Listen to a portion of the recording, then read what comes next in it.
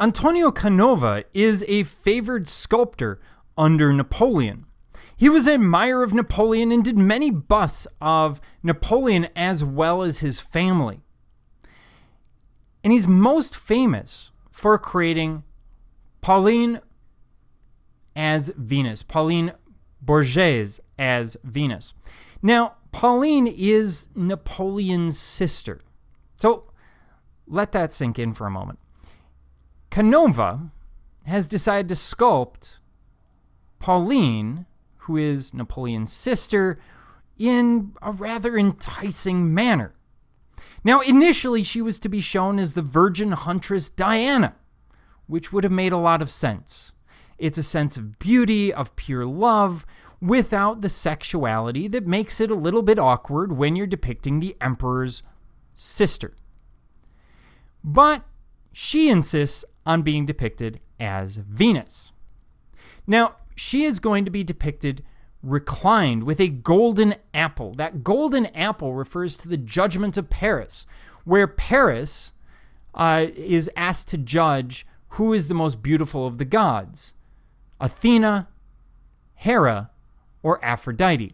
He chooses Aphrodite, giving her the golden apple, and therefore it becomes a symbol of Venus here. Aphrodite and Venus, of course, being the same person, whether you're depicted as a Greek or Roman, or whether you're looking at Greece or Rome. Now, this is clearly based on Greek statuaries, such as the pedimental sculpture of the Parthenon, where we see these reclining figures. So as we look at it, it's really interesting. Now, Pauline was known for her affairs, basically, in Rome at the time, her less than desirable activities in Rome. Something like this would have really showcased that. Now, as we look at it further, what you see is incredible detail in the sculpture. The flesh is incredibly realistic. He hasn't brought it all to a high polish as we've seen with other sculptors in the past. Instead, following Michelangelo's ideas that the flesh should be left a little bit matte to make it look realistic. It's definitely based on a model because when you look at the proportions, when you look at the form, it's very realistic. He has covered her bottom half, leaving her topless, because of a sense of modesty. There's a certain element where women can be shown topless, but to show anything else is, well, uncouth. See the Venus Pudica discussion when I looked at the Venus of Urbino.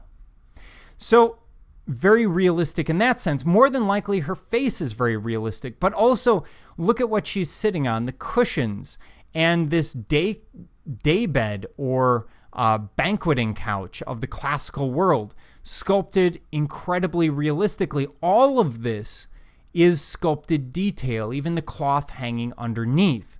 And he's used a drill to great effect to create very deep voids in the fabric. Also, in this fabric where it doesn't quite meet her flesh, it doesn't come up and wrap around like we would see from so many sculptors. Instead, he's worked this area very deeply, giving us a sense of a woman wearing clothing rather than a woman who seems to be coated in clothing like we see in the classical world so very often. Now, the work was sequestered by her husband due to her less than desirable activities in Rome, as I said in the past. Her husband, of course, doesn't want everyone to know what she's up to because this becomes embarrassing to him. And so this is the sort of piece where it's going to be hidden away and it's not going to come into public view until much later in her life.